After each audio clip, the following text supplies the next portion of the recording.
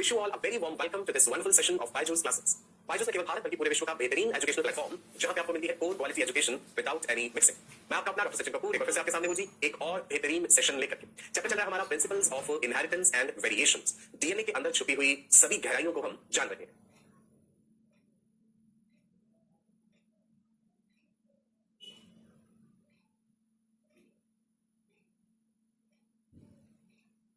Application की प्रक्रिया हमने समझी, ट्रांसक्रिप्शन के बारे में हमने जाना, प्रोकैरियोट्स में कैसे होता है ट्रांसक्रिप्शन, यूकैरियोट्स में कैसे होता है, ये सारी चीजें हमने जानी। ट्रांसलेशन प्रक्रिया आज हम डिटेल में समझने वाले, थोड़ा बहुत म्यूटेशन के बारे में भी आपको बताऊं। ठीक है जी। सो याद है पिछली बार में क्या पढ़ा था? According to central dogma of molecular biology, DNA से बना आरएनए और आरएनए से बने प्रोटीन्स। प्रोटीन्स ही तो सेल का हार्डवेयर है।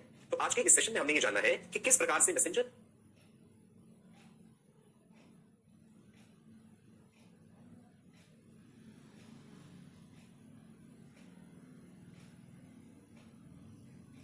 करने से प्रोटीन्स का निर्माण होता है। ठीक है, कागज कलम तैयार रखिएगा, इंपॉर्टेंट नोट्स जरूर बनाते रहिएगा और मुझे पूरा विश्वास है आप सब पे कि आप रेगुलरली अपने द्वारा बनाए गए नोट्स को रिवाइज ही करते हैं। Revision is the key to success, practice makes a man perfect. तो यदि हमें परफेक्ट बनना है, अपने काम में परफेक्शन लाना है, तो भाई स्वाभाविक सी बात है कि फिर हमें प्रैक्टिस तो करनी ही पड़े।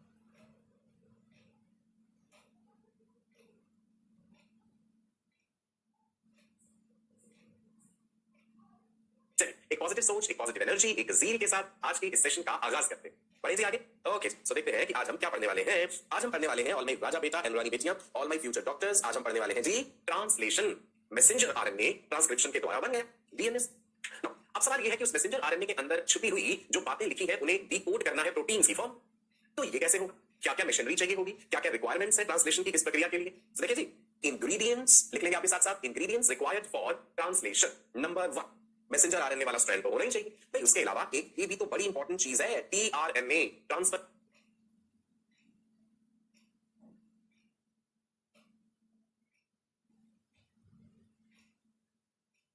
आरएनए स्ट्रक्चर याद कीजिए ट्रांसफर आरएनए का, ऐसे करके वो फोल्डेड है ना, क्लोवर लीफ लाइक। सो ट्रांसफर आरएनए करता क्या है? साइटोप्लाज्म में इधर उधर जगह जगह पे जो एमिनो एसिड बिखरे हुए हैं उन्हें पकड़ के लाना है।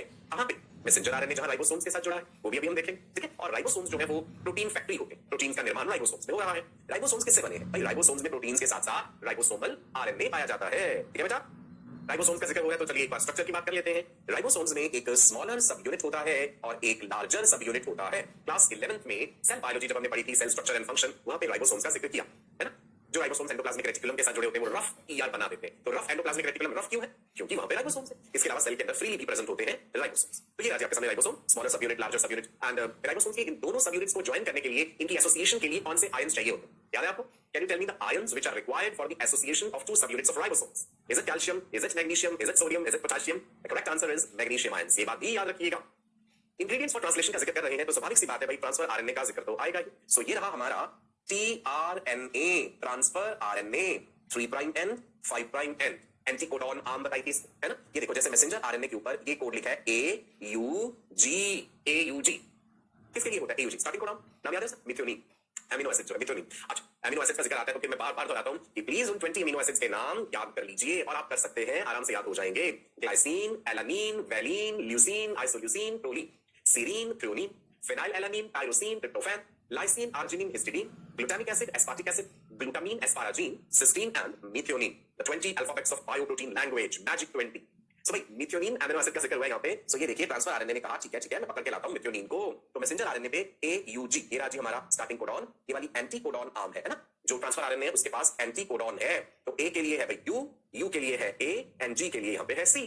ठीक है, कैसे ये एमिनो एसिड को पकड़ता है ट्रांसफर आरएनए, चार्जिंग कैसे होती है, सारी प्रक्रिया हम समझेंगे। तो यहाँ पे हमने इंग्रेडिएंट्स का जिक्र करा था कि ट्रांसलेशन के लिए हमें राइबोसोम्स चाहिए, ट्रांसलेशन के लिए मैसेंजर आरएनए स्ट्रैंड चाहिए, ट्रांसलेशन प्रक्रिया के लिए ट्रांसफर आरएनए चाहिए। चलिए सबसे पहली बात हम यहाँ पे समझने जा रहे हैं कि जो ट्रांसफर आरएनए है इसका चार्जिंग कैसे होता है ना। और एमिनो एसिड जो है उसका एक्टिवेशन कैसे होगा। ये पॉइंट नंबर 1 क्या कह रहा है?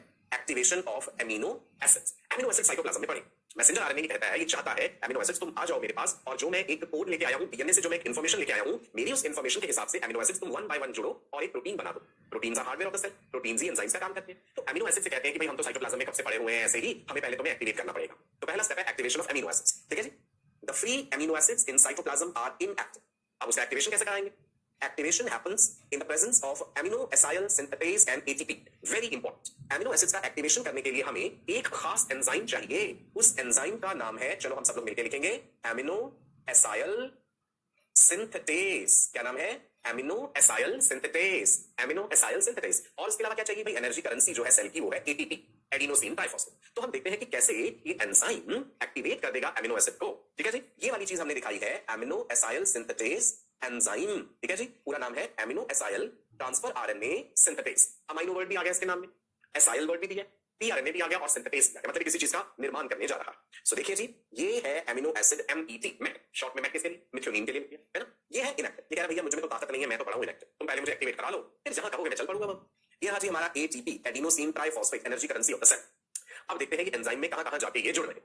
ठीक है जी, एंजाइम्स का, enzymes are providing a uniquely structured platform. यहां पे देखो एंजाइम ने प्लेटफॉर्म ही तो दिया है for the reactant molecules to interact and form the product. Enzymes की परिभाषा यही है, biological catalysts, they speed up the rate of a reaction right by lowering the activation energy which is required to start a reaction। तो enzyme ने यहाँ पे एक uniquely structured platform दिया है। मैं लिख दूं यहाँ पे, enzyme amino acyl transfer RNA synthetase has provided a platform for reactant molecules, platform for reactant molecules to interact, to interact. ठीक है, तो ये इंटरैक्ट कर रहे हैं। मिथ्योनिन ने कहा भैया मेरे पास ये जगह थी एंजाइम में, यहां जुड़ जाऊंगा। एटीपी ने कहा ठीक है मेरे लिए जगह में यहां जुड़ जाऊंगा। अब ये एक जगह और खाली नजर आ रही है आपको, यहाँ भी कुछ जुड़ेगा आपके एंजाइम के साथ। देखते हैं जी कौन सी चीज जुड़ेगी। यहाँ पे आकर के ट्रांसफर आरएनए नहीं जुड़ना है, वो भी हम आगे देखते हैं ना। हुआ क्या है जी, एमिनो एसिड को हमने एक्टिवेट कर, एटीपी स्प्लिट हुआ, एडिनोसिन ट्राइफॉस्फेट जो है हमने देखा ये फॉस्फेट से अलग हो गए, इनऑर्गेनिक फॉस्फेट्स। ठीक है जी, सो क्या बच गया? AAMP, adenosine monophosphate. अब ये एक ही तो फॉस्फेट रह गया, पहले ये ATP था, एडिनोसिन ट्राइफॉस्फेट। एडिनोसिन ट्राइफॉस्फेट बना एडिनोसिन मोनोफॉस्फेट और साथ में ये दो फॉस्फेट आ गए अलग से। तो amino acid plus adenosine monophosphate plus the enzyme, ये पूरा एक कॉम्प्लेक्स बना, that is called amino acyl adenylate synthetase complex. ठीक है, ये तीन चीजें जो है इन्होंने मिलके क्या बना दिया? Amino acyl adenylate synthetase complex. अगला स्टेप देखते हैं जी, अब क्या होना है। देखिए अब ट्रांसफर आरएनए जो है वो आएगा पिक्चर, अब ट्रांसफर आरएनए का रोल। सेकंड पॉइंट देख रहे हैं, पहला पॉइंट समझ गए आप? पहले पॉइंट में क्या पढ़ा हमने? Activation of the amino acid. मैंने बताया फ्री अमीनो एसिड जो साइटोप्लाज्म में है वो इनएक्टिव है। एक्टिवेशन के लिए हमें एमिनो एसाइल सिंथेटेस एंजाइम और एटीपी चाहिए। और क्या क्या हुआ है वो हमने पिछले स्लाइड्स में देखा। अब हम देखेंगे कि किस प्रकार से ट्रांसफर आरएनए का चार्जिंग होगा। TRNA without amino acid is called uncharged. मान लो मैं एक ट्रांसफर आरएनए हूं, मेरे हाथ में कोई भी अमीनो एसिड नहीं पकड़ा हुआ, तो आप मुझे अनचार्ज्ड ट्रांसफर आरएनए कहेंगे। जब मैंने अमीनो एसिड को पकड़ लिया तो मैं चार्ज हूं। अब चार्ज होने के बाद मैं तैयार हूं आपके मैसेंजर आरएनए और राइबोसोम के पास जाकर के इस अमीनो एसिड को वहां तक पहुंचाने को। ठीक है जी, so transfer RNA without amino acid is called uncharged. जब उसमें अमीनो एसिड जुड़ गया, एडिशन ऑफ अमीनो एसिड का मतलब है चार्जिंग। चलिए कैसे हो जाएगा अमीनो एसिड ऐड, आप जरा यहां पे देखिए। सॉरी, एंजाइम याद है, एंजाइम के साथ अमीनो एसिड जुड़ा हुआ था मिथ्योनिन, है ना। AMP भी था, वो भी याद है, हम अमीनो एसिड एक्टिव हो चुका, AMP आ गया ना। अब ये अनचार्ज्ड ट्रांसफर आरएनए का कि भैया मैं भी पहुंच रहा हूं एंजाइम, तुम्हारे पास मैं भी आ गया। ठीक है जी, amino acyl transfer RNA synthetase enzyme ने कहा आ जाओ, तुम सभी लोग आ जाओ, मेरे पास अमीनो एसिड के लिए भी जगह है, मेरे पास ATP के लिए भी जगह है, मेरे पास ट्रांसफर आरएनए के लिए भी है। ट्रांसफर आरएनए तुम अभी अनचार्ज हो, मेरे पास आ जाओ, मेरे करीब आओ, मैं तुम्हें चार्ज कर दूंगा। मेरे पास जो अमीनो एसिड है मैं तुम्हें वो दे दूं। ठीक है जी, ट्रांसफर आरएनए कहा ठीक है मैं आ रहा हूं, मेरे पास 5 प्राइम एंड है, मेरे पास 3 प्राइम एंड है और मेरे पास ये एंटीकोडॉन आर्म भी है जिसपे ये एंटीकोडॉन UAC यहां पे जो हमें दिख रहा है। ठीक है जी, अब आप देख लीजिए क्या हो गया। Now charging of transfer RNA में, चार्जिंग से क्या मतलब हुआ? चार्ज्ड हो गया है ये ट्रांसफर आरएनए, इसके इस सिरे पे मिथ्योनिन लगा दी। एंजाइम ने कहा ये लो, तो मेरे पास आए थे ट्रांसफर आरएनए, ये लो मैंने तुम्हें एक्टिव अमीनो एसिड देके तुम्हें चार्ज कर दिया, अब जाओ तुम साइटोप्लाज्म में होते हुए पहुंचो मैसेंजर आरएनए के पास और अपना काम करो। क्लियर है जी? Can you see this charged transfer RNA? Can you see this clearly? Charged transfer RNA, what is the meaning of charged transfer RNA? Charged transfer RNA वो होता है जिसके पास अमीनो एसिड प्रेजेंट है। अब यहाँ पे मिथ्योनिन है और भी हो सकते हैं अमीनो एसिड्स, क्योंकि हम स्टार्टिंग कोडॉन की बात कर रहे हैं। ट्रांसलेशन के सबसे पहले तो स्टार्टिंग होगा ना, प्रक्रिया शुरू होगी AUG, राइट, जिसके लिए एंटीकोडॉन यहाँ पे U, A और C है। ठीक है जी, एंजाइम ने कहा जाओ तुम लोग ऐश करो, तुम लोग अलग हो जाओ, amino acid transfer RNA synthetase, ये रहा जी हमारा एंजाइम। Is it clear? इतनी बात समझ आ गई? हम पढ़ रहे हैं जी ट्रांसलेशन की प्रक्रिया। डीएनए से बना मैसेंजर आरएनए, मैसेंजर आरएनए से प्रोटीन्स कैसे बनते हैं, इस प्रक्रिया को हम विस्तार से समझ रहे हैं। पहले हमने जाना कि इंग्रेडिएंट्स क्या क्या चाहिए। भाई मैसेंजर आरएनए चाहिए, हमें ट्रांसफर आरएनए चाहिए, हमें राइबोसोम्स चाहिए। राइबोसोम्स के दो सब यूनिट है, स्मॉलर सब यूनिट है, लार्जर सब यूनिट। ठीक है जी, सबसे पहले अमीनो एसिड्स को एक्टिवेट करना जरूरी। एक्टिवेशन ऑफ अमीनो एसिड्स में ATP का रोल और amino acyl transfer RNA synthetase enzyme का रोल हमने पढ़ा। ठीक है जी, सो पहला step activation of amino acid, दूसरा charging of the transfer RNA. अब हम आ जाते हैं इस प्रक्रिया की शुरुआत पे कि स्टेप्स क्या क्या है ट्रांसलेशन प्रक्रिया। ट्रांसलेशन जब हो एक्चुअली भाई वहां पे हमें इनिशिएशन के बारे में पढ़ना है कि कैसे स्टार्टिंग कोडॉन आएगा, कैसे इनिशिएशन होगा। नंबर 2 इलोंगेशन कैसे होगा, उस पूरी पॉलीपेप्टाइड चेन का इलोंगेशन करना है। एक अमीनो एसिड के साथ दूसरा अमीनो एसिड, तीसरा चौथा जुड़ते जाएंगे, पूरी एक चेन बन जाएगी, इलोंगेशन। और उसके बाद ये प्रक्रिया रुकनी भी तो चाहिए किसी स्टेप पे जाके, टर्मिनेशन या स्टॉपेज भी तो कराना है इसका। सो इनिशिएशन, इलोंगेशन एंड टर्मिनेशन, तीन स्टेप्स हमने पढ़ने। शुरुआत करते हैं इनिशिएशन से। ठीक है, इंटरेस्टिंग है, ध्यान से समझिए, सब समझ आए ना। स्टार्ट कोडॉन याद है आप, रिकॉल कर लीजिए। फर्स्ट कोडॉन या इनिशिएटर जो है हमारे पास, इनिशिएट करने के लिए कोडॉन है, दैट इज AUG। क्लियर है जी? चलो AUG यहां पे हाईलाइट कर देते हैं, ये रहा जी AUG। नाउ जो ट्रांसफर आरएनए होगा उसके पास कॉरेस्पॉन्डिंग एंटीकोडॉन होना चाहिए। जैसे अगर मैंने स्टार्ट कोडॉन AUG लिखा तो A के लिए क्या हो जाएगा U, U के लिए A और G के लिए C। ठीक है जी, ये रहा एंटीकोडॉन इस ट्रांसफर आरएनए के पास, जो चार्ज्ड है, जिसने मिथ्योनिन अपने सिर पे रखा हुआ। ओके, चलिए स्टेप्स ऑफ ट्रांसलेशन में सबसे पहले इनिशिएशन। और फरमाइएगा, ये रहा हमारा चार्ज्ड ट्रांसफर आरएनए, ये है जी इसकी एंटीकोडॉन आर्म, यहाँ पे है जी इसके पास मिथ्योनिन। ये जो लंबा सा स्ट्रैंड हमें नीचे नजर आ रहा है, दिस इज मैसेंजर आरएनए, इसके ऊपर आपको नाइट्रोजन बेसेस नजर आ रहे हैं, C और उसके बाद है AUG। ये पॉइंट इंपॉर्टेंट है, AUG स्टार्टिंग कोडॉन। उससे पहले जो रीजन है उसका कोई काम नहीं है ना, अनट्रांसलेटेड रीजन रह जाएंगे। ठीक है, इनिशिएटर कोडॉन से पहले भी है अनट्रांसलेटेड रीजन जो पढ़ेंगे, टर्मिनेशन कोडॉन के बाद भी है ऐसे जो अनट्रांसलेटेड रीजन होते हैं। सो हमारा फोकस इस समय यहाँ पे है AUG पे, मैसेंजर आरएनए। ठीक है जी, मैसेंजर आरएनए की कैपिंग टेलिंग तो आपको पता है, पोस्ट ट्रांसक्रिप्शन मॉडिफिकेशंस होते हैं, ये 5 प्राइम एंड इधर। ठीक है बेटा, नाउ ये वाली चीज क्या दिखाई हमने, ये जो आके जुड़ा है ये राइबोसोम का सब यूनिट है। राइबोसोम्स के दो सब यूनिट, स्मॉलर सब यूनिट, लार्जर सब यूनिट। तो ये smaller subunit of ribosome है, ये मैसेंजर आरएनए के उस स्ट्रैंड के साथ आकर के समझ लो ऐसे जुड़ गए, राइबोसोम पहुंच गया। ठीक है जी, can you write here, this is what, this is smaller subunit of ribosome. ठीक है, नाउ अब आ गया ट्रांसफर आरएनए जो कि चार्ज्ड है, चार्ज्ड ट्रांसफर आरएनए यहां पे पहुंच गया। अब आपने ये कोडॉन्स और एंटीकोडॉन मैच करने हैं, ध्यान देना है। ये है जी, चलिए मैं हाईलाइट कर देता हूं आपके लिए, this is A, this is U, this is G, और इधर है इसके कॉरेस्पॉन्डिंग यूएसी। तो ये आकर के मैच कर, AUG ने कहा यूएसी आ गया मेरे पास। चलो जी, ट्रांसफर आरएनए पहुंच गया किसको लेकर के, एक पर्टिकुलर अमीनो एसिड को जिसका नाम है मिथ्योनीन। ठीक है जी, अब आप देखिए नीचे था वो smaller subunit of ribosome, उसके ऊपर बड़ी सी कैप जैसी चीज, टोपी जैसी चीज आ गई ना, ये क्या आ गया, can you tell me what is this? ये वाली चीज जो आई है, दिस इज दी, चल I write here, this is larger subunit, larger subunit of ribosome, smaller subunit, larger subunit, है ना, दोनों की एसोसिएशन के लिए आयंस, मैग्नीशियम। अब आपके सामने मैसेंजर आरएनए का स्ट्रैंड है, राइबोसोम है, और आपको यहाँ पे चार्ज ट्रांसफर आरएनए भी नजर आ रहा है। सो व्हाट नेक्स्ट, अब आगे क्या होगा, देखते हैं जी आगे क्या होगा। सेकंड स्टेप पे पहुंच गए, इनिशिएशन वाली बात हमने समझ ली, स्टेप्स इन ट्रांसलेशन में इनिशिएशन समझ लिया। मैसेंजर आरएनए स्ट्रैंड में राइबोसोम आकर के जुड़ा, छोटा सा यूनिट जहां पे AUG था, राइट जी, वहीं पे अब चार्ज ट्रांसफर आरएनए का एंटीकोडॉन UAC आके जुड़ा, और उसके पास अमीनो एसिड है मिथ्योनीन। कहानी शुरू होने वाली है, स्टार्टिंग हो गया भाई, इनिशिएशन हो गया। अब आगे बढ़ाया जाए प्रक्रिया, एक ही अमीनो एसिड थोड़े ना प्रोटीन बनाने, और कितने सारे अमीनो एसिड्स को बुलावा भेजा जाएगा, आओ भैया एस्पाराजिन तुम आओ, ग्लूटामिक एसिड तुम आओ, glycine, alanine, valine, leucine, isoleucine, कितने सारे प्रोटीन अमीनो एसिड्स हैं, 20 प्रोटीन अमीनो एसिड्स हमने पढ़े। मिथ्योनीन ने कहा मैं आ चुका हूं, अब बाकी अमीनो एसिड्स तुम आते जाओ। किस सीक्वेंस में आते जाए भाई, वो तो देखना पड़ेगा ना कि स्टार्टिंग कोडॉन के बाद आगे के कोडॉन्स क्या है, और वो किस किस अमीनो एसिड के लिए कोड कर रहे हैं। सिंपल, ठीक है, इलॉन्गेशन। नो, इलॉन्गेशन की प्रक्रिया समझने से पहले एक बात समझ, अब आपको यहाँ पे smaller subunit of ribosome, larger सब यूनिट ऑफ राइबोसोम दिख रहा है, बीच में आपको चार्ज ट्रांसफर आरएनए दिख रहा है जिसके पास मिथ्योनीन। अब हमने राइबोसोम के ये 3 पार्ट्स दिखा दिया आपको, ए साइट, ई साइट, ई साइट। ठीक है, ATE, ध्यान से नोट कर लीजिएगा, मना लीजिए। और उसके अलावा आपको दिख रहा है ये एक चार्ज ट्रांसफर आरएनए तैयार खड़ा है अपने पास एक अमीनो एसिड लेकर के, और एंटीकोडॉन में UUA आपको दिख रहा है। अगर हमें UUA दिख रहा है, इसका मतलब है, पहले हम यहाँ देखते हैं जी, मैसेंजर आरएनए में AUG ये हो गया एक कोडॉन, उसके बाद AAU ये हो गया सेकंड कोडॉन। तो AAU अगर कोडॉन है तो इसका एंटी कोडॉन क्या होना चाहिए, AAU का एंटी कोडॉन UUA। सिंपल, तो ये राजी हमारा चार्ज ट्रांसफर आरएनए जिसके पास एंटी कोडॉन है UUA, और जो एक पर्टिकुलर अमीनो एसिड को अपने सिर पे उठा करके तैयार खड़ा है, बस भाई मैं आने वाला। अब ये जो कॉम्प्लेक्स बना हुआ है ribosome plus transfer RNA messenger RNA strand, इसमें आकर के वो नया वाला ट्रांसफर आरएनए कहां से एंट्री करे, कहां पे आएगा, तो गौर फरमाइए कि A जो है, this stands for accepting side of acceptance. ये कह रहा है ठीक है मैं तुम्हें निमंत्रण दे रहा हूं, आओ मैं तुम्हें एक्सेप्ट कर रहा हूं मेरे पास, A is for acceptance, P is standing for peptide, जब पेप्टाइड बॉन्ड फॉर्मेशन होगा, and E is for exit, यहां से निकल जाएगा फिर वो। सो आओ और फिर जाओ, ऐसा ध्यान रखना, A से आओ और E से एग्जिट। ठीक है, बीच वाला P पेप्टाइड बॉन्ड बनाते जाओ, सिंपल याद रहेगा। ठीक है, तो चलो आप देखना, गौर से देखना, एक एक्सेप्शन बता दूं लेकिन मैं गौर फरमाइएगा, initiator transfer RNA starts from the P site instead of A site. आप कहेंगे कि सर आप कह रहे थे कि A वाली जो जगह है, एक्सेप्टेंस वाली जगह जो है, वहां पे ट्रांसफर आरएनए आते हैं, लेकिन जो सबसे पहला इनिशिएशन हुआ था, सबसे पहला जो इनिशिएशन हुआ था, initiator transfer RNA starts from the P site. ये P फॉर पेप्टाइड, मैं क्या कह रहा हूं, इधर देखो, ये वाला तो P साइट है ना। आप सोच सकते हैं कि सर आप तो कह रहे थे कि ये A एक्सेप्टेंस पे आना चाहिए,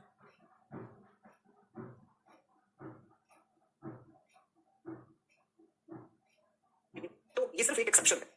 इनिशिएटर ट्रांसफर आरएनए के जो मिथ्योनीन लाया था वो P वाली साइट पे गया, ठीक है जी, बाकी सब A साइट पर ही आएंगे। ठीक है, दिखा दूं फिर से देखते हैं जी, ये है हमारा चार्ज ट्रांसफर आरएनए, ये था initiator codon AUG, codon number 1, उसके बाद AAU मैसेंजर आरएनए पे नेक्स्ट इंफॉर्मेशन AAU के लिए UUA हो गया एंटी कोडॉन। तो इस वाले ट्रांसफर आरएनए के लिए अब निमंत्रण है कि भाई तुम आओ, कहां पे आओ, हमारी एक्सेप्टेंस साइट पे आओ, राइबोसोम कहेंगे मेरी एक्सेप्टेंस साइट पे आओ, कोडॉन एंटी कोडॉन तुम जोड़ो, अमीनो एसिड लाओ और कहानी आगे बढ़ाएं। तो ये देखिए वो आ गया, कैन यू सी, पीछे वाली स्लाइड देखिए, एक्सेप्टेंस साइट पे, और अब आप यहाँ पे देखेंगे ये रहा ट्रांसफर आरएनए पहुंच गया, charge transfer RNA, very good, बड़ी अच्छी बात है। पर्टिकुलर अमीनो एसिड को लेकर क्या है यहाँ पे ASN को, ठीक है, पहला MET, फिर से मैच कर लेते हैं, AUG कोडॉन 1, AAU कोडॉन 2, इसका एंटी कोडॉन ऊपर है AUG का एंटी कोडॉन है UAC, एंड AAU के लिए UUA, क्लियर है, ठीक है। नाउ अब आगे क्या एलोंगेट करना है, तो ये जो राइबोसोम का कॉम्प्लेक्स है इसको आगे बढ़ना दो, आगे बढ़ता जाएगा, बाकी की स्ट्रैंड को भी तो रीड करना है ना, एक्सेप्टेंस साइड से और नए ट्रांसफर आरएनए आएंगे, और एग्जिट साइड से ट्रांसफर आरएनए निकलते जाएंगे। कैसे निकलेंगे, पहले जो है उन्हें अपना अमीनो एसिड दे देना होगा प्रोटीन फॉर्मेशन के लिए, मतलब पेप्टाइड बॉन्ड बन जाए। देखते हैं जी स्टेप बाय स्टेप। अब आप यहाँ पे गौर फरमाइएगा, एक नया ट्रांसफर आरएनए तैयार खड़ा है अपने इस एंटीकोडॉन के साथ, और ये रहा उसका amino acid, so this is another charged transfer RNA, ठीक है, एंटीकोडॉन भी कैसा। नाउ पॉइंट नंबर 3 पे हम देखते हैं, थर्ड कोडॉन है मैसेंजर आरएनए का, थर्ड कोडॉन है GCG। तो GCG के लिए हमारे पास है CGC, और अमीनो एसिड लेके चल रहा है जी alanine, okay, ALAN। Acceptance side पे आना है, लेकिन एक्सेप्टेंस साइड पे जगह तो खाली करो, पहले एक्सेप्टेंस साइड पे लाना है तो जगह खाली करो ना, इन दोनों को ट्रांसफर आरएनए को खिसकाओ ई की तरफ। देखिए जरा गौर से, खिसकाने के लिए पहले क्या जरूरी है, peptide bond formation. Amino acids are joined together by peptide bonds, ये तो आप जानते हैं, बायोमोलिक्यूल्स में हमने पढ़ा। सो ये जो P साइट की ना पेप्टाइड, जो मैंने कहा था बॉन्ड फॉर्मेशन होगा यहाँ पे पेप्टाइड बॉन्ड का, तो आप देख सकते हैं MET मिथ्योनीन एंड ASN के बीच में पेप्टाइड बॉन्ड बन गया। Ribosomes they act as catalyst for polymerisation.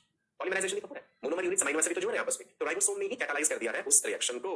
ठीक है जी, अब आप देखिए पेप्टाइड बॉन्ड बन गया, राइट। तो जो सेकंड वाला ट्रांसफर आरएनए आया था वो खिसक गया, सिचुएशन इधर से इधर चली गई, राइट, क्योंकि राइबोसोम आगे बढ़ता जा रहा है, ये आगे बढ़ रहा है, इसे आगे आगे की पूरे स्ट्रैंड को रीड करना है। बहुत समझिएगा, एग्जिट ई वाली साइड पे क्या पहुंच गया, सबसे पहला वाला जो चार्ज ट्रांसफर आरएनए था जिसने अपना अमीनो एसिड दे दिया, ठीक है, एयूजी, ये जिसके पास एंटीकोडॉन था यूएसी, अब ये पहुंच गया यहाँ पे एग्जिट साइड पे, यहाँ से निकल जाए, इसको धक्का मार के बाहर निकाल दे, तुम्हारा काम हो गया, अब तुम जाओ एक्सेप्टेंस साइड पे, ठीक है जी मैं खाली हूं बिल्कुल, नेक्स्ट वाला ट्रांसफर आरएनए लेकर के आओ मेरे पास, कहानी आगे बढ़ाएं। ठीक है, सो देखते हैं जी कैसे पहुंच रहा है नेक्स्ट वाला ट्रांसफर आरएनए, ये रहा एक्सेप्टेंस साइड पे पहुंच गया, राइट, ये एक्सेप्टेंस साइड और ये एलानिन को लेके पहुंच गया। अब क्या होना है, राइबोसोम ने फिर से आगे खिसक सकते हैं और फिर से पेप्टाइड बॉन्ड बन जाना है पहले वाले अमीनो एसिड में और इस वाले एलानिन में, चेन को लंबा लंबा करते जाने, ट्रांसफर आरएनए एग्जिट कर जाएगा ई साइड की तरफ, ये देखिए पेप्टाइड बॉन्ड बन गया यहाँ पे, ठीक है, दो बार बन चुका पेप्टाइड बॉन्ड, अमीनो एसिड 1 जो कि मेथियोनिन था, उसके बाद सेकंड, उसके बाद थर्ड जो कि एलानिन है, एग्जिट साइड की तरफ खिसक जाएगा, राइट जी। अब आप देख रहे हैं इसी तरह से क्या होता जाता है, ट्रांसफर आरएनए आते हैं, charge transfer RNA amino acids को लेकर के राइबोसोम के एक्सेप्टेंस साइड, फिर वहां पे पेप्टाइड बॉन्ड फॉर्मेशन होता है, ट्रांसफर आरएनए को हटा दिया जाता है, तो आप देख रहे हैं वो चेन बन रही है पूरी अमीनो एसिड की, यही तो है ट्रांसलेशन, यही तो है ट्रांसलेशन, प्रोटीन बन गया। देखिए देखिए ध्यान रखना, प्रोटीन का स्ट्रक्चर हमने पढ़ा था, primary structure, secondary structure, tertiary structure, तो ये जो पॉलीपेप्टाइड चेन बनी है ये तो भी प्राइमरी स्ट्रक्चर है, हमने पढ़ा था प्रोटीन का alpha helix, beta pleated sheet structure होता है, टर्शियरी क्वाटरनरी स्ट्रक्चर होता है ना, वो सब चीजें भी आगे देखते हैं। पहले आप इतना देख लीजिए इलोंगेशन वाली बात, तो चेन इलोंगेट करती जा रही है, जैसे leucine, then alanine, then asparagine, then methionine, कितने सारे अमीनो एसिड हमें नजर आ रहे हैं। क्या ये ट्रांसलेशन प्रक्रिया कॉन्टिन्यूअसली होती रहेगी, क्या कहीं नहीं रुकेगी? नहीं, ऐसा तो नहीं हो सकता। जहां स्टॉप कोडॉन आ जाएगा, जहां स्टॉप कोडॉन आ जाएगा वहीं पे ये प्रक्रिया टर्मिनेट कर जाएगी, स्टॉप कर जाएगी। टर्मिनेशन कोडॉन से याद है यूएए, है ना, सो जहां पे टर्मिनेशन कोडॉन होगा वहीं पे स्टॉप। देखते हैं जी कैसे होता है, देख लीजिए। तीसरी बात, तीसरा स्टेप हम डिस्कस करने जा रहे हैं, that is termination. Messenger RNA strand नजर आ रहे हैं, लार्जर सबयूनिट, स्मॉलर सबयूनिट नजर आ रहे हैं आपको, ट्रांसफर आरएनए नजर आ रहे हैं, ए साइट, ई साइट सब नजर आ रहा है, ठीक है जी। टर्मिनेशन कोडॉन की तरफ बढ़ते हैं, इधर आगे बढ़ते जाना है हमने इस दिशा में, यूएए, यूएजी, यूजीए, टर्मिनेशन कोडॉन से नो। टर्मिनेशन कोडॉन के लिए कोई ऐसा एंटी कोडॉन या ट्रांसफर आरएनए नहीं है जो किसी अमीनो एसिड को लेके आए। होता क्या है जी, टर्मिनेशन के लिए खास तरह की चीज चाहिए, that is releasing factor RF. ये रहा हमारा रिलीजिंग फैक्टर। जब ये राइबोसोम वाला कॉम्प्लेक्स बढ़ता बढ़ता आगे एनकाउंटर करता है कि भाई टर्मिनेशन कोडॉन आ चुका है, तो फिर रिलीजिंग फैक्टर को निमंत्रण भेजा जाता है। रिलीजिंग फैक्टर कहता है ठीक है जी मैं आ गया हूं, मैं अब इस कहानी को स्टॉप करता हूं, मैं रिलीज करवा देता हूं सारी चीजों को, यहाँ राइबोसोम्स को भी इधर बिखेर दूंगा, ट्रांसफर आरएनए भी चला जाएगा और जो चेन बनी है वो भी अलग हो जाएगी। सो आपने देखा ये जो अमीनो एसिड्स की चेन बनी है ये अलग हो गई, इसके कारण ये वाली चीज जो आई है यहाँ पे, ये क्या है, दिस इज रिलीजिंग फैक्टर। यहाँ पे कोई अलग से ट्रांसफर आरएनए नहीं लेके आएगा किसी अमीनो एसिड को, ठीक है। जब ये कोडॉन जो है ये कौन सा UAA, termination codon, stop codon आ जाएगा, राइबोसोमल कॉम्प्लेक्स वहां तक पहुंच जाएगा, तो रिलीजिंग फैक्टर को निमंत्रण भेजा जाएगा। एक्सेप्टेंस साइट पे रिलीजिंग फैक्टर आया और उसने सारी चीज को समाप्त कर दिया, प्रक्रिया को स्टॉप कर दिया। ट्रांसफर आरएनए भी हट गया, आप देख पा रहे हैं, ये हमारी अमीनो एसिड्स की चेन भी अलग हो गई है और इसने कहा कि ठीक है भैया हम भी अलग हो गए। रिलीजिंग फैक्टर कहता है ठीक है मैंने अपना काम करवा दिया, अब मैं भी अलग हो रहा हूं, राइबोसोम के सबयूनिट्स तुम भी अलग हो जाओ, ठीक है। So these were the steps in what, in the process of translation. Clear हो गया जी, इनिशिएशन, इलोंगेशन, टर्मिनेशन। मेन क्या है, इंग्रेडिएंट्स, मैसेंजर आरएनए का स्ट्रैंड, उस पे लिखी हुई वो एक बात कोडॉन्स की फॉर्म में।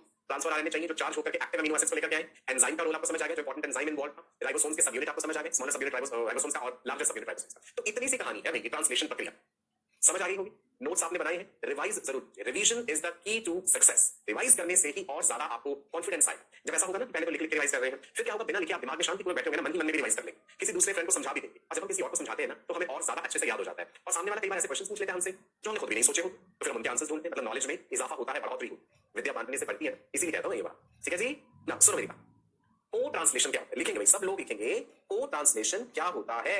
को का मतलब कभी साथ साथ ही हो जाना। प्रोकैरियोट्स में कोई मेम्ब्रेन बाउंड ऑर्गेनेल्स नहीं होते हैं, ये बात आप जानते हैं, है ना। तो डीएनए सर्कुलर में डीएनए का ट्रांसक्रिप्शन हुआ, वहां क्या होता है साथ के साथ ही ट्रांसलेशन भी शुरू हो जाता है। अभी ट्रांसक्रिप्शन पूरा भी नहीं हुआ और ट्रांसलेशन भी शुरू हो गया प्रोकैरियोट्स, ठीक है जी। सो पढ़ते हैं क्या लिखा है, in prokaryotes due to lack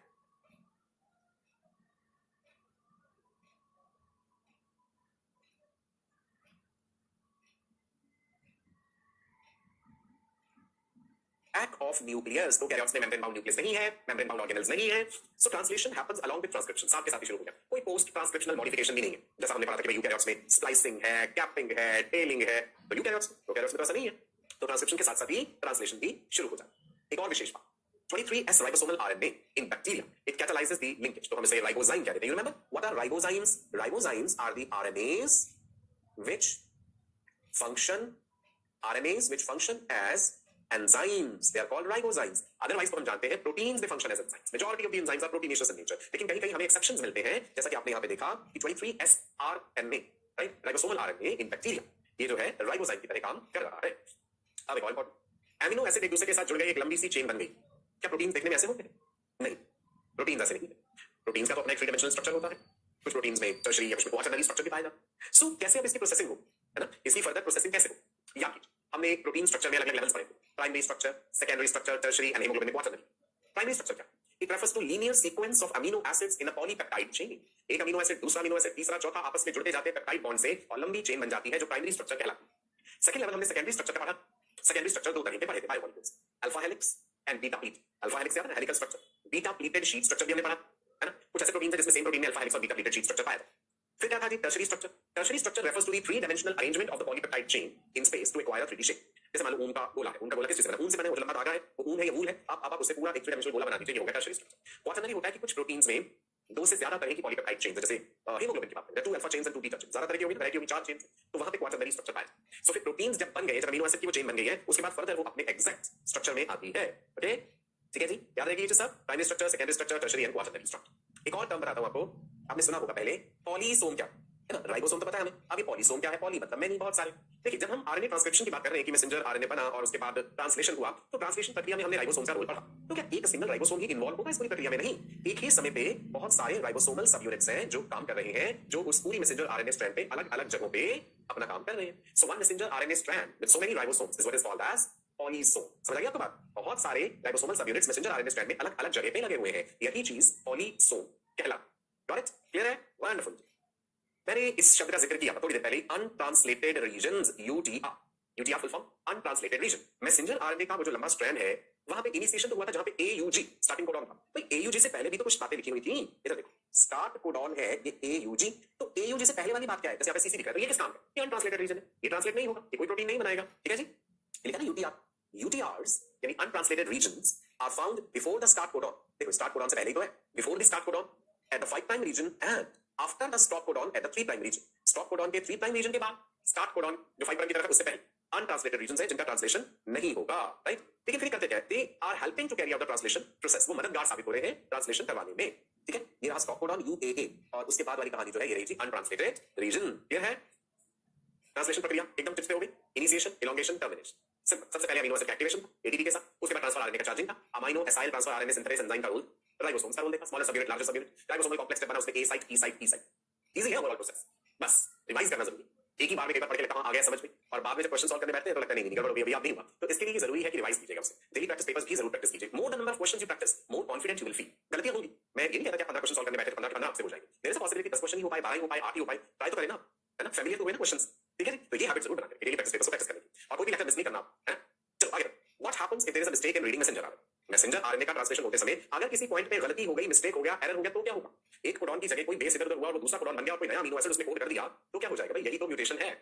Glutamic acid is replaced by valine at position 6 in the beta chain of hemoglobin in case of sickle cell anemia. याद आया कुछ? Yes, I'm talking about mutation. एक छोटी सी गलती इतना बड़ा परिणाम दे सकती है, यही है म्यूटेशंस, और म्यूटेशंस ही सोर्स होती है वेरिएशंस। डीएनए को डैमेज कई तरह से पहुंचता है, mutagens, mutation causing agents, chemical हो सकते हैं, कई तरह की चीजें हो सकती है, अल्ट्रावायलेट रेडिएशन बहुत इंपॉर्टेंट फैक्टर है, UV rays. Now what is mutation? चलो डिफाइन कर लेते हैं। कितनी बार जिक्र हुआ है जेनेटिक्स में म्यूटेशन का? Phenomena that results in alteration of DNA sequences, DNA का सीक्वेंस बदल जाता है। Alteration in protein synthesize, DNA का सीक्वेंस बदला तो कहीं ना कहीं गड़बड़ मैसेंजर आरएनए तक पहुंची, वहां गड़बड़ पहुंची तो अलग प्रोटीन कोड हो जाएगा। Ultimately there will be change in the resultant genotype and phenotype. ठीक है जी, समझ आई बात म्यूटेशन की ना? ये देखिए, हमारे पास है नॉर्मल डीएनए, नॉर्मल डीएनए का ट्रांसक्रिप्शन हुआ, ट्रांसलेशन हुआ, एक नॉर्मल प्रोटीन बना। यहां पे हमने करवा दिया जी डीएनए में म्यूटेशन। म्यूटेशन हो जाने से या तो प्रोटीन डिफेक्टिव बना या फिर बना ही नहीं, दोनों बातें हो सकती है। प्रोटीन बना पर डिफेक्टिव है, स्ट्रक्चर डिफॉर्म, या फिर बना ही, है ना? ये बात पहले भी पढ़ी थी। म्यूटेशंस मुख्य रूप से ब्रॉडली दो तरह, यहां पे जो हम जिक्र कर रहे हैं, point mutations, gross mutations. Mutations दो तरह के हैं, point mutations and gross mutations. Point mutations क्या है? एक सिंगल बेस पेयर में बदलाव हो जाए, change in the single base, है ना? मान लो जीसीसी था तो जीसीयू हो गया, एक सिंगल बेस पे बदला, है ना? Gross mutation changes in multiple base, बहुत सारे बेस पेयर्स में बदलाव हो गए। पॉइंट म्यूटेशंस फर्दर कई तरह की हो सकती हैं। Types of point mutations, substitution, insertion, deletion. लिख लीजिए आप, टाइप्स ऑफ पॉइंट म्यूटेशन की बात हो रही है। नंबर 1 सब्स्टिट्यूशन, एक चीज की जगह दूसरी चीज आ जाना, so replacement of a base pair, that is what is substitution. Insertion, कोई चीज ऐड हो गई, addition, so insertion is addition of a base pair, and deletion तो नाम से पता चल रहा है कि बेस पेयर रिमूव हो गया। किसी चीज, एक चीज की जगह दूसरी चीज आ जाना सब्स्टिट्यूशन, एक चीज एक्स्ट्रा आ जाना एडिशन, एक चीज हट जाना is deletion. So the different types.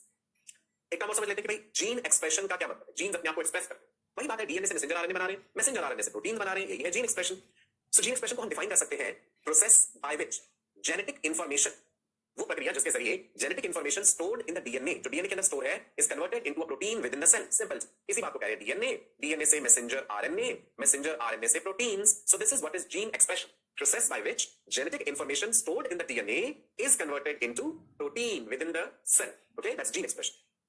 एक सेल के अंदर तो बहुत सारे जीन्स, डीएनए के सेगमेंट से तो जीन है, so all the genes present in a cell must not be expressed all the time.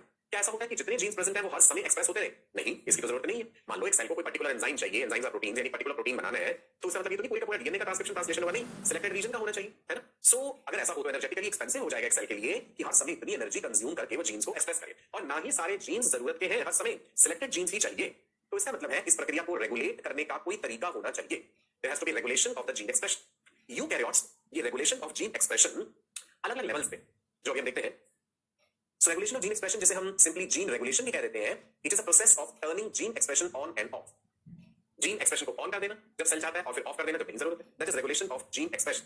Eukaryotes में ये प्रक्रिया जो रेगुलेशन है जीन एक्सप्रेशन का, ये किस किस लेवल पे हो सकता है? पहले हम ब्रॉडली देखें क्या था जीन एक्सप्रेशन। न्यूक्लियस में देखिए इधर डीएनए है, ठीक है, डीएनए का ट्रांसक्रिप्शन हुआ तो बन गया जी आरएनए, वो इमेच्योर है, पोस्ट ट्रांसक्रिप्शनल मॉडिफिकेशंस होनी, स्प्लाइसिंग होना है, स्प्लाइसिंग के बाद स्प्लाइसिंग इंट्रॉन एक्सॉन, फिर लाइगेशन है, कैपिंग होना है, टेलिंग होना है, वो जो मैच्योर आरएनए बन गया है उसे ट्रांसपोर्ट करना है, उसके बाद ट्रांसलेशन होना है, फिर जाकर के प्रोटीन्स बनेंगे, है ना। ये पूरी प्रक्रिया है ओवरऑल। अलग अलग लेवल्स पे यूकैरियोट्स अपने जीन एक्सप्रेशन को कंट्रोल करते हैं, रेगुलेट करते हैं। So what are the different stages, what are the different stages of gene regulation? ठीक है, ट्रांसक्रिप्शनल स्टेज पे रोकिए, वहां पे कंट्रोल कर लीजिए, ट्रांसक्रिप्शन ही सिलेक्टेड रीजन का हो, है ना। एक पॉइंट मिल गया हमें कि डीएनए से ट्रांसक्रिप्शन वाले लेवल पे उस चीज को रेगुलेट किया जा सकता है ना। उसके बाद जब प्रोसेसिंग होना है उस लेवल पे कर दीजिए, कैपिंग, टेलिंग, स्प्लाइसिंग जो हमने पढ़ा था उस लेवल पे रेगुलेट किया जा सकता है, स्प्लाइसिंग के लेवल पे सेल रेगुलेट करता है ना। और उसके बाद जब मैसेंजर आरएनए मैच्योर बन गया, ट्रांसपोर्ट होना है साइटोप्लाज्म की तरफ, वहां पे भी रेगुलेशन हो सकता है। So at the level of transportation of messenger RNA, आप देख रहे हैं अलग अलग जगह पे हम क्रॉस लगाया, पहले यहां लगाया था, यहां लगाया था। सो ये बताया गया कि इन स्टेजेस पे रेगुलेशन हो रहा है जीन एक्सप्रेशन का। एंड इवन ट्रांसलेशनल लेवल, जब ट्रांसलेशन होना है ट्रांसलेशनल लेवल पर भी